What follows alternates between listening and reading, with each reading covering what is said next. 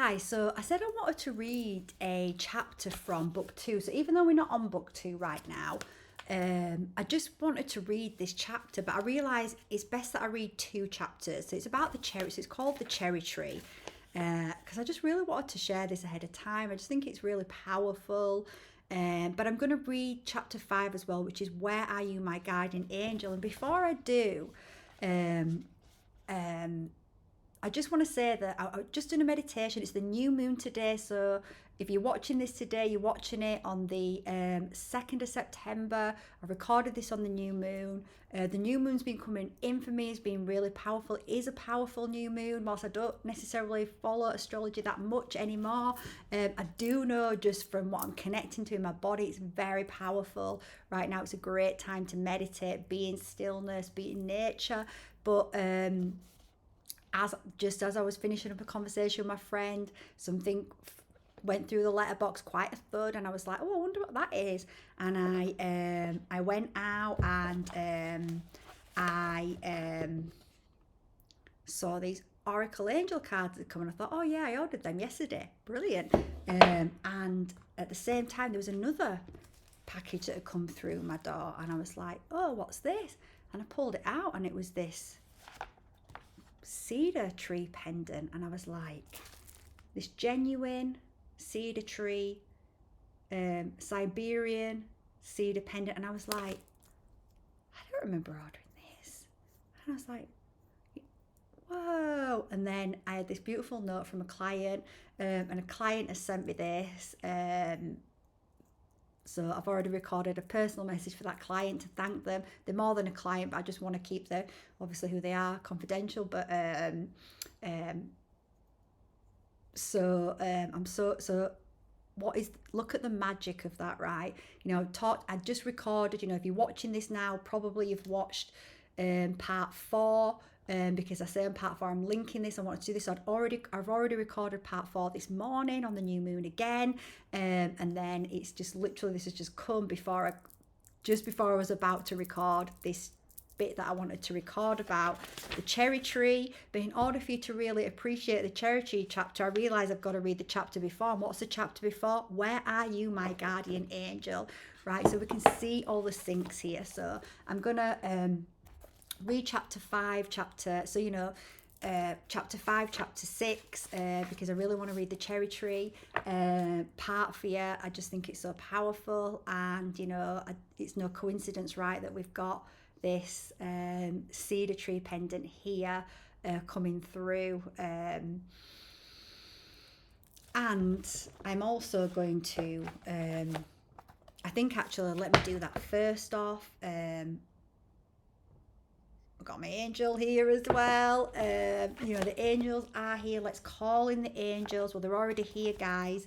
Let's call in our dragons. Let's call in the elementals. Let's also, why not pull one of these cards as well? These cards are absolutely beautiful. So let's pull a card for this reading. What card is most in alignment with these couple of chapters that we're about to read? What card for this collective of souls that have been drawn here to listen to this book, to take part in this this storytelling, this reading? What card is most aligned? So we just really want one card. What card is most aligned? Wouldn't it be amazing if, I don't know that there is a cherry tree, but if a cherry tree came out or a tree came out, let's see what card.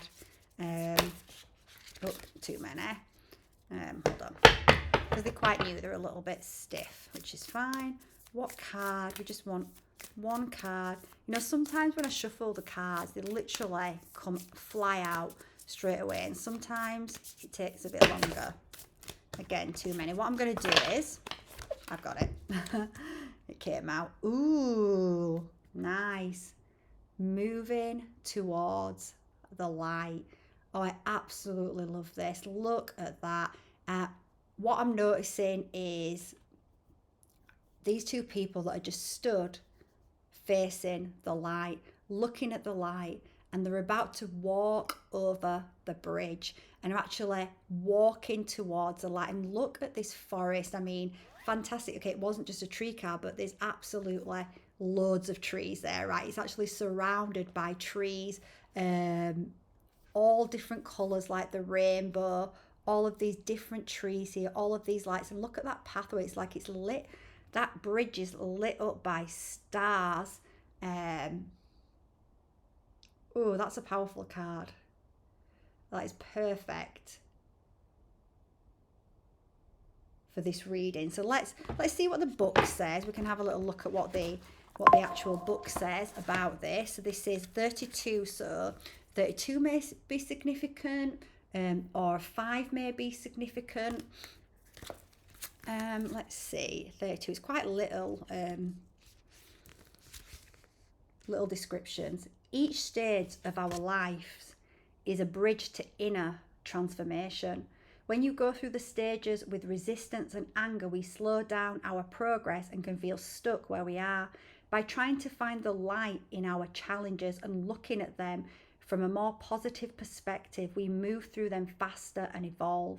Make an effort to embrace your current challenges by identifying what you can learn and move towards the light. And then it says a little affirmation. It says, I find a hidden blessing in each of my challenges. I am forever transforming, evolving, and progressing along my path. So I love that. And that's so true, right? You know, this is what we do as part of my Reconnect program, which you can get week 1 free in the description, is we are alchemizing these lower dense energies of fear, of shame, of guilt, of we really, what we're doing is we're turning on the light, we're bringing in the light, we're illuminating those things and we're dissolving them, and we're bringing in the truth, because the truth is the higher perspective is the truth, and in the truth it just creates a huge healing. When we start telling ourselves the truth about the dark times that we go through, we actually go through a lot of healing instantly. So let's start. So it's going to be quite short, this. Just a little extract from book 2, something to look forward to as you move through these books with me. The chronicle of my life story took me back to my childhood. My reminiscence continued up to the point where I was playing in the sand with the country kids and then broke off. At that moment, my soul was overwhelmed with an inexplicable sense of alarm. Not a single event in my whole life. So basically, just to give you a bit of context, she's asked him to go through his memories and tell him about a memory in his life where he felt truly happy. So he's going through the chronicle of his life. So I was playing in the sand with the country kids and then broke off. At that moment, my soul was overwhelmed with an inexplicable sense of alarm. Not a single event in my whole life aroused positive emotions or feelings comparable to those I experienced that morning after spending the night with Anastasia, or with those that arose in me after she brought the rhythms of surrounding nature in tune with the beating of my heart. I describe this experience in the chapter Touching Paradise, but I considered these marvelous feelings to be something created in me by Anastasia. They weren't my own. They were artificial, a gift from Anastasia, involuntary. I compared them with those of my previous life and found no analogy whatsoever. Again and again, I hunted down recollections in my life as though running a movie reel backward and forward. Everything I saw was related to my efforts to get or achieve something. Sure, I got what I wanted, one thing after another, but there was no great feeling of satisfaction. Instead, some new desire merely appeared. And the most recent years of my life, when those around me thought how splendidly everything was turning out for me, aroused an even greater feeling of confusion and chaos. I'm sure many of us can relate to this, right? And also, one thing I say, right, you know, once you meet one desire, one achievement, then you just replace it with another, because really what we're searching for is inner peace, inner connection. And nothing externally can fulfill that inner peace, inner connection. And it's just, actually, I'm going to carry on. Okay, so the cars I had acquired, the money, the banquets, the gifts and congratulations I had received all seemed empty and pointless. I quickly got to my feet and said with some irritation, either to myself or to Anastasia, there are none of these healing sensations in man's life, at least not in mine. And I would say there are many lives where they can't be found. Anastasia also rose to her feet and calmly observe. Because what she's saying as well is, it's those points of joy, of bliss, of happiness, of love, of connection that heals us. It's love that heals. And I would say that there are many lives where they can't be found. Anastasia also rose to her feet and calmly observed. When you should create them, then you should create them as quickly as possible. Who do I need to create? Tell me what. What do I need to create? Tell me what. First, you must understand what holds the greatest meaning or significance for you. You have just been looking over your past life, but even with the opportunity to analyse it, to look at it objectively, as it were, you still were not able to notice what was really significant. You kept latching on to the usual values as you saw them. Tell me the situations where you felt you came closest to a sense of happiness. There were 2 situations, but each time something prevented me from feeling truly happy in them. What kind of situations? Back in the early days of Perska Trova, I managed to acquire a long-term lease on a steamship. This was the best passenger ship in the Western Siberian River Fleet. After the lease agreement was drawn up, I went to the harbour and there she stood. What a beauty. I remember the first time I stood on the deck of my very own ship. And did your feelings of happiness greatly increase when you stood on the deck? You know, Anastasia, our lives are filled with all sorts of problems. As soon as I had climbed aboard, I was met by the captain. We went to his cabin and had a bottle of champagne together.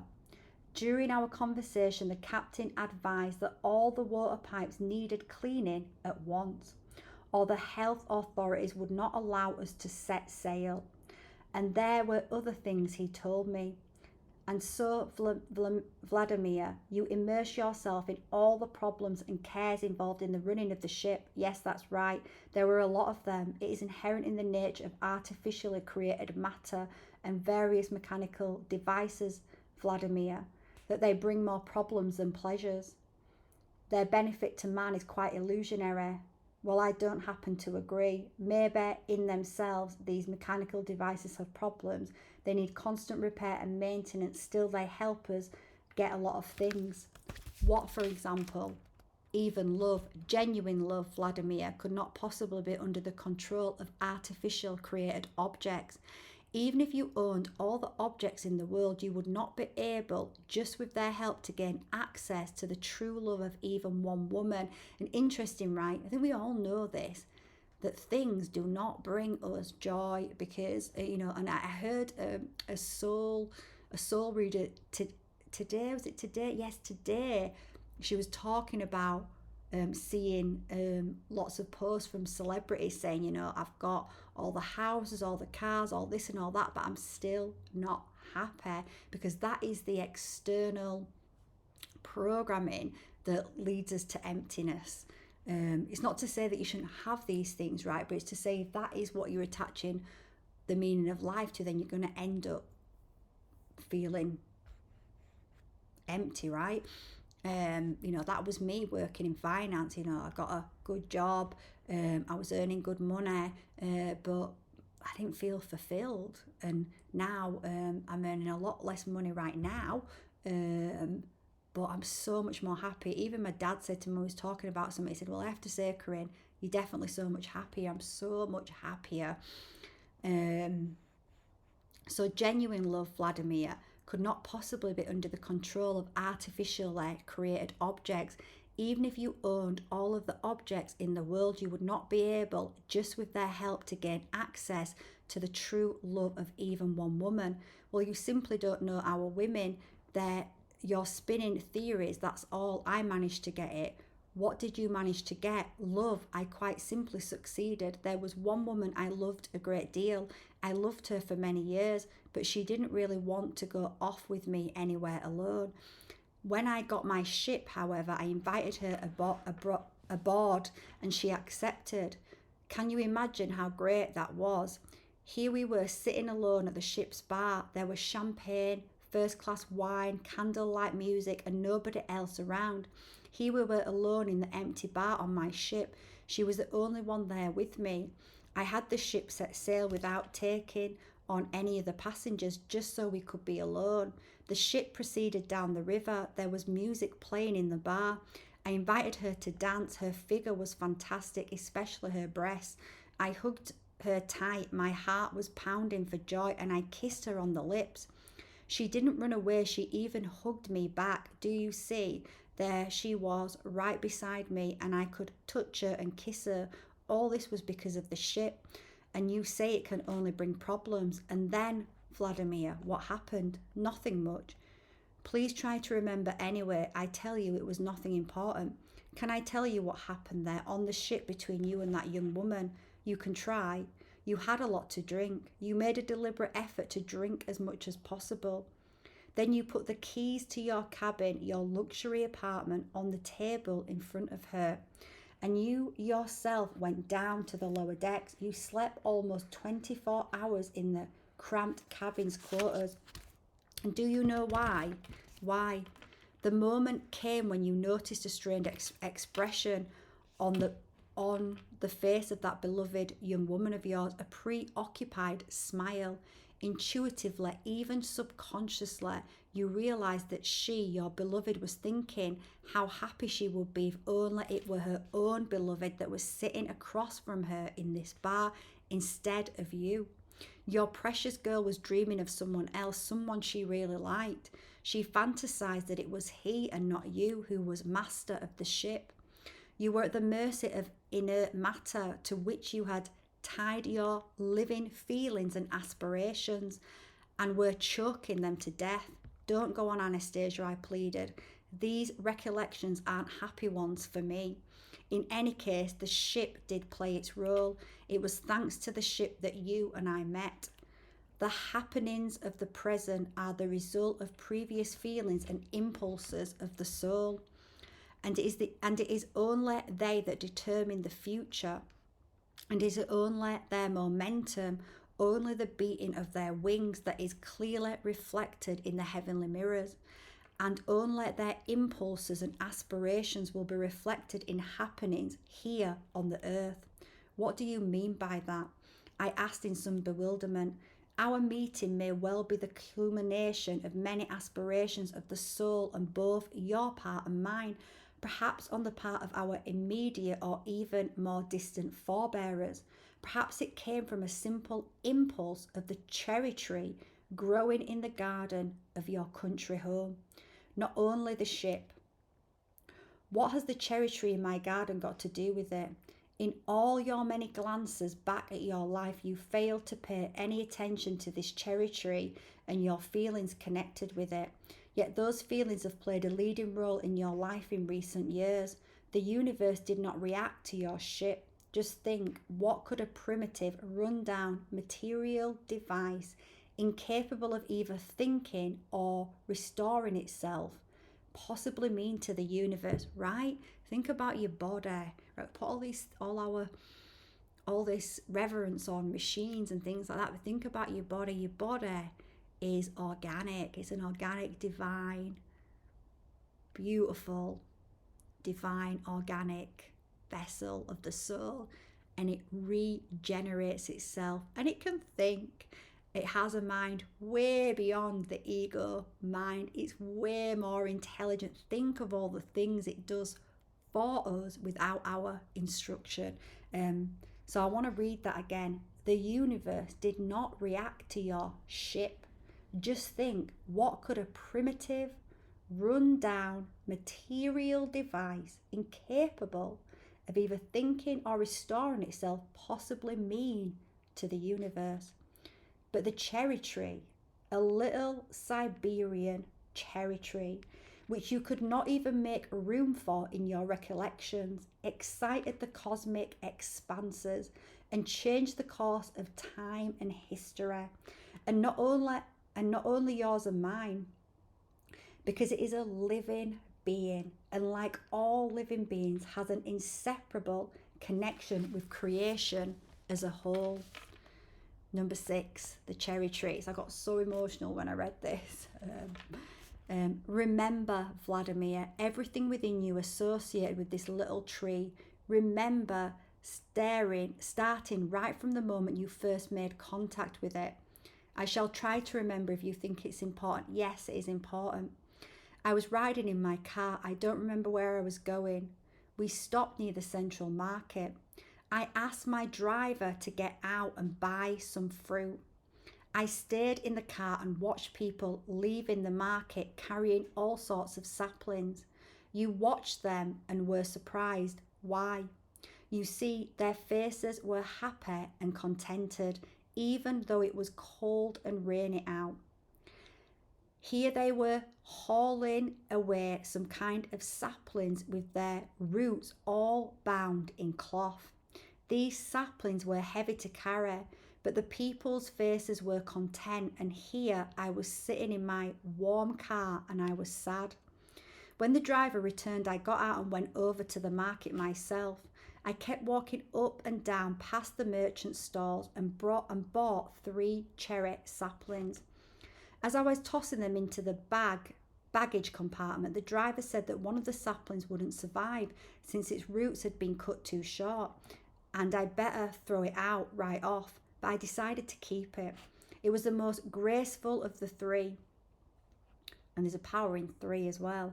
I think I've mentioned this already. When I went and planted the saplings in the garden of my country home, I threw in extra topsoil around the tree with the short roots, and a sprinkling of peat moss along with a bit of fertilizer. I'm trying to help it. You burnt 2 more little roots of the sapling with the fertilizer, Anastasia added. But it survived. In the spring, when the buds started coming out on the trees, its branches came to life too. Little leaves began to appear. Then I set out on my commercial expedition. But before that, Anastasia observed, every day for a period of more than 2 months, you would drive out to your country house, and the first thing you did was go and see how the little tree was getting on. Sometimes you stroked its branches. You were so happy to see the leaves and keep watering the tree. You drove a stake into the ground and fastened the trunk to it with twine all around so the wind wouldn't break it. Tell me, Vladimir, do you think that plants react to people's attitudes towards them? Do you think they feel good and bad thoughts? I've heard or read somewhere that houseplants and flowers do react that way. They even can become all withered when their caregivers go away. I've heard about scientific experiments where they attracted sensors to various plants, and the needles jumped one way when the plant was approached aggressively, and the other way when someone approached them with thoughts of gentleness and kindness. And anyone that's got plants, I know this. I've got plant behind me. Sorry, I can't get it. Plant behind me, which is absolutely insane. Plant who, before I had the cats, so I got my plant when I was 28, I'm 44 now. So before I had the cats, so plant's older than cat than the cats. I just used to talk to, I still talk to the plant, but and plant is called plant. I used to talk to plant all of the time, and boy, has that plant grown. Yes, I think anyone that's connected to nature, again, start talking to your plants. They respond. They are alive. They are living, and they are alive. So, Vladimir, you know about plants reacting to the expression of human feelings, and according to the grand Creator's design, they strive to do all within their power, all that they can to meet man's needs. They bring forth fruit and try to arouse positive emotions in man with their flowers, beautiful and fair. Indeed, they put oxygen into the air so we can breathe. But plants have been granted yet another function which is no less important.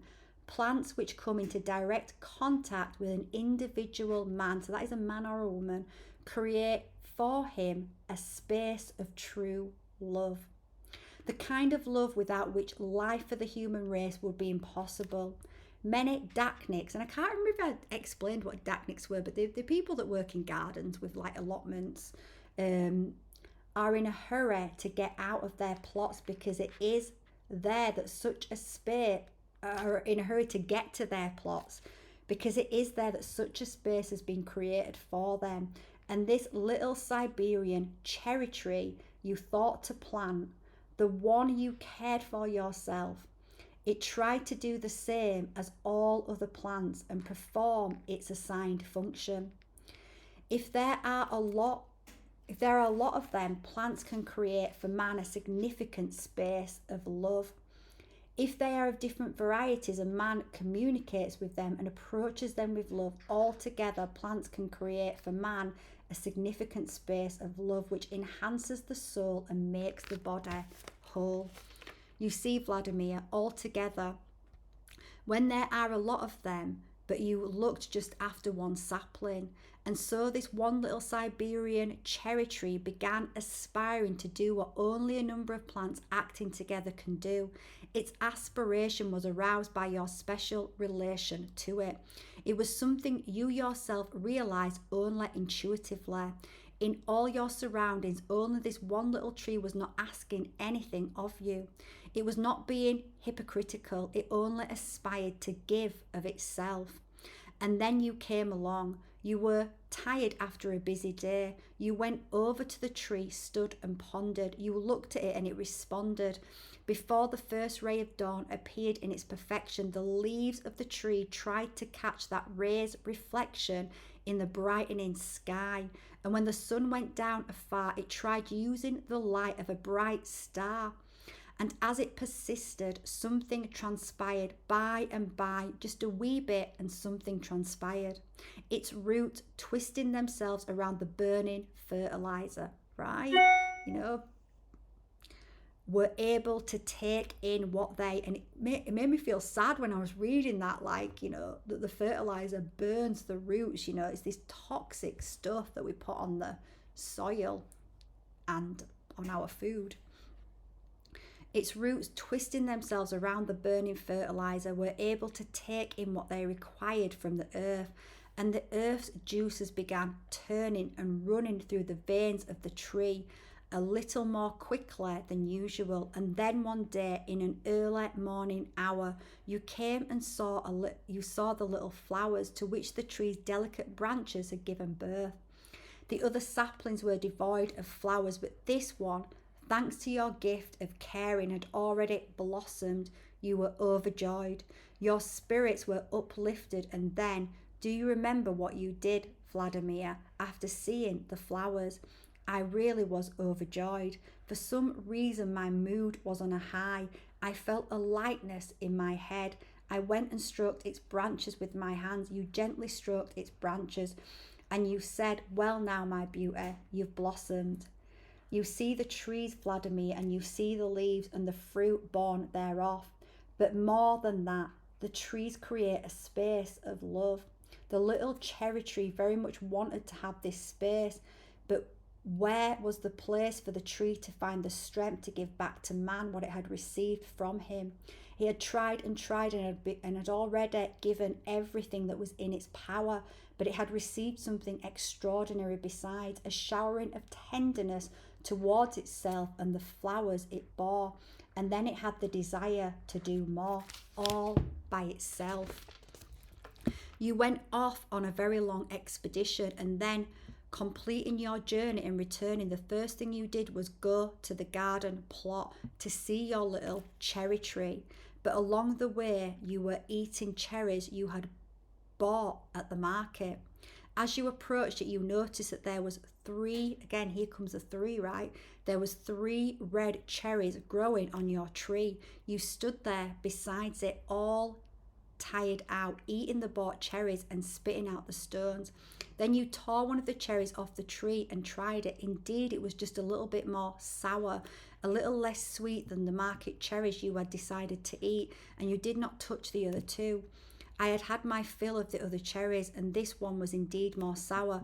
Oh, if only you had known, Vladimir, how much power those little cherries contained on their own that was so beneficial to you, how much energy and love. From the depths of the earth and the expanses of the universe and more, the tree had gathered everything helpful for you and poured into it these 3 cherries. It had even and poured it into these 3 cherries. It had even let one of its branches wither in order to make these 3 cherries ripen. One of them you tried, but you left the other 2 on the tree to die. I had no idea, but still I was happy that it was capable of bearing fruit. Yes, you were happy. And then do you remember what you did this time? Me, well, I stroked the tree's branches some more. And not only did you stroke them, you bent over and kissed the leaves. Right, I do this as well. Like, kiss the trees, right? Kiss the leaves on the branch, which was or I kiss the tree trunks as well. I just don't care anymore. You even bent over and kissed the leaves on the branch which was resting on the palm of your hand. Yes, I did, because I was in such a good mood, and something incredible happened with the tree. What more could it do for you, since you had not taken the fruit thereof that had been grown with so much love? What could it do?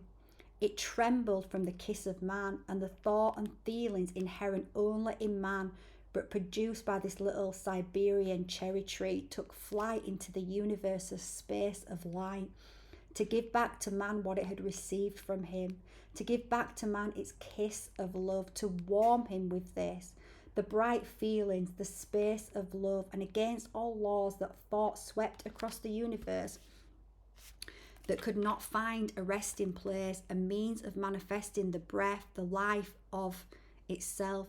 Knowing that one cannot find a resting place means death, then the forces of light returned to the cherry tree, the bright thought it had produced, so that it might destroy the thought within itself and not perish. But the tree did not pick it up. The little Siberian cherry tree's burning desire endured unchanged and extraordinarily pure and trembling. The forces of light did not know what to do. The grand creator was not about to change the established laws of harmony for you. But the cherry tree did not perish. It managed to endure because the thought, aspirations and feelings thereof were extraordinary, pure. And by the laws that constitute creation as a whole, nothing can destroy pure love, right? And I say this a lot to my clients, right? No matter what has been done upon us as humans by the dark forces, no matter what they have done, the spirit is pure love, and the Holy Spirit fire is always going to rise. The soul always gets back up no matter what is done upon it. The soul always rises, just like the phoenix. The soul will always rise, because that is the Holy Spirit fire inside each and every one of us. That is our divine self. That is our divine right. Our soul is pure unconditional love. That's why they don't want you to go in and find your Christ seed within, and activate your Christ seed, because they know as soon as you do that, it's game over for the dark forces. So they keep you outside of yourself. Oh gosh, a lot of energy flew through me then. Hold on. How beautiful, right? This cherry tree, by the laws, it should have died, but it had this burning desire, this pure thought, this pure love that had been what's the word, in reciprocity with this man, with Vladimir. He'd shown this love, this compassion, and that had sparked that light inside.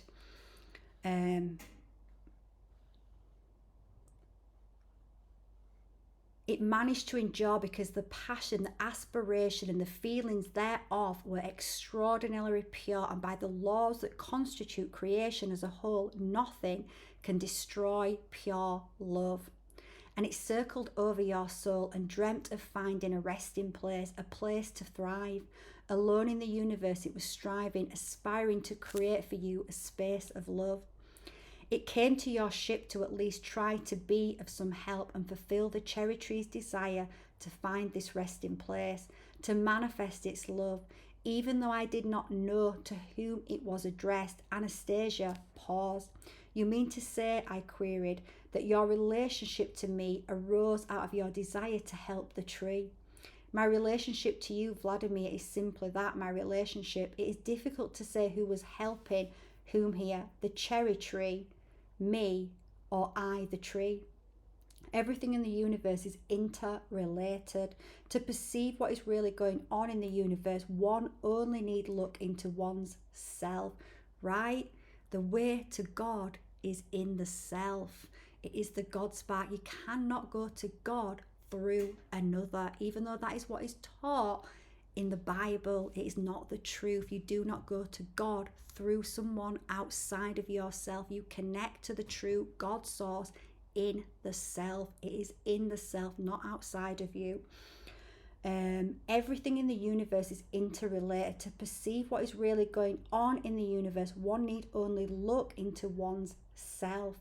But now, by your leave, I am going to embodiment. I am giving an embodiment to this, to what the cherry tree desired.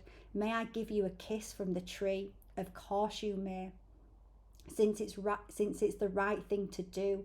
And when I get home, I shall eat all of its fruit. Now, I just want to add there, I'm not saying that you can't connect to ascended masters and angels. I often connect. I connect to God through myself, through my soul, through the angelic realms as well.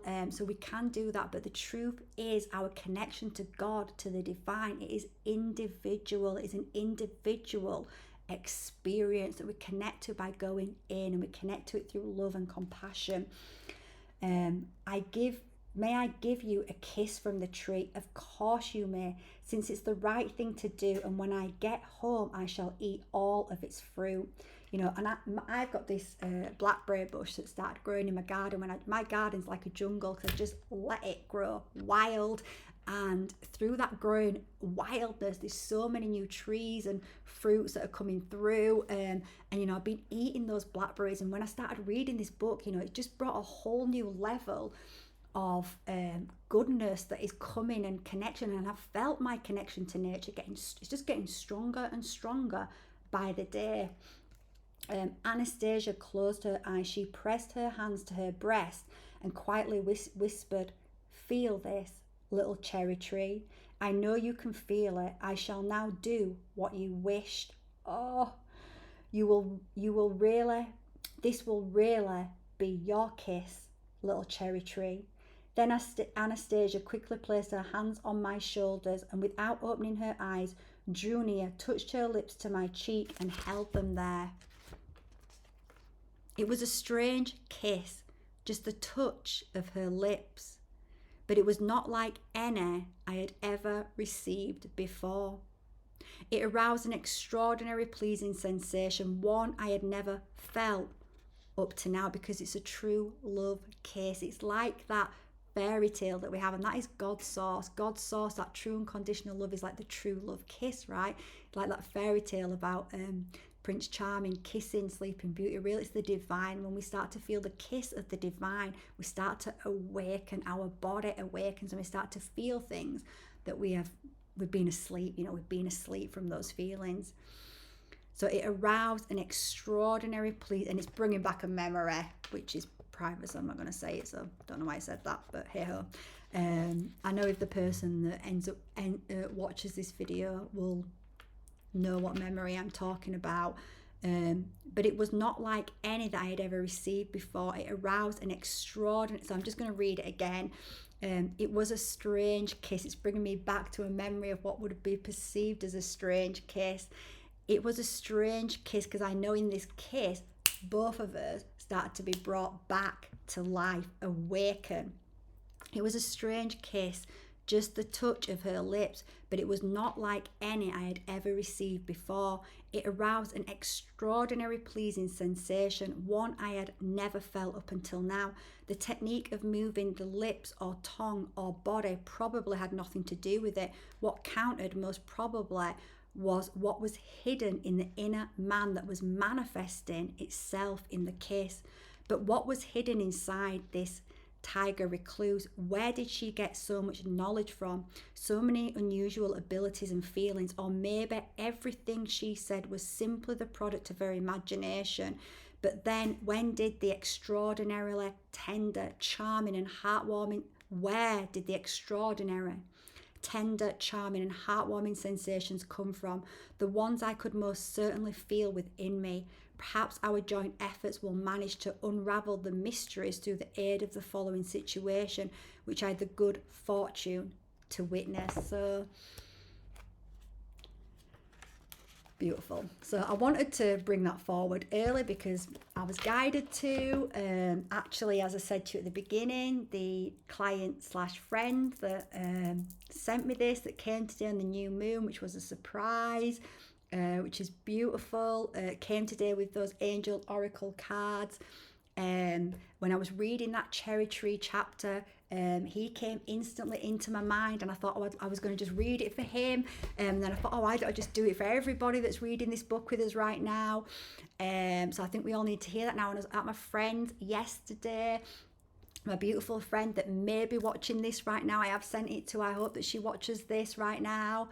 And I've just bought this app, and this app, it's called Picture This, I think. I was just saying it to my friend slash client. Picture this, and it allows you to scan trees. And I was just like, I was at her house yesterday. Was it yesterday? Hold on. It was Saturday, so not yesterday because it's Monday today, the new moon. So Saturday. I was just like, oh, can I scan your trees? I just felt guided to scan a tree. She was like, yeah, boom. Only a Lebanon cedar tree, which is a Siberian cedar tree. So in the UK, we're in the UK. There's 3 genuine cedar trees, and one of them is the Lebanon cedar tree, a Siberian cedar tree. So I was like, boom, touch that tree, girl. Connect with that tree. But then I did another one in a garden. What was there? Only a cherry tree. And I was like, oh my God. So I think I did mention to her, if you're watching, I think I did mention to you that I just read a chapter in this book about the cherry tree, and about all trees, really, additional function that they have to create this space of love for us as we start to connect with them and start to show them tenderness and love and connection.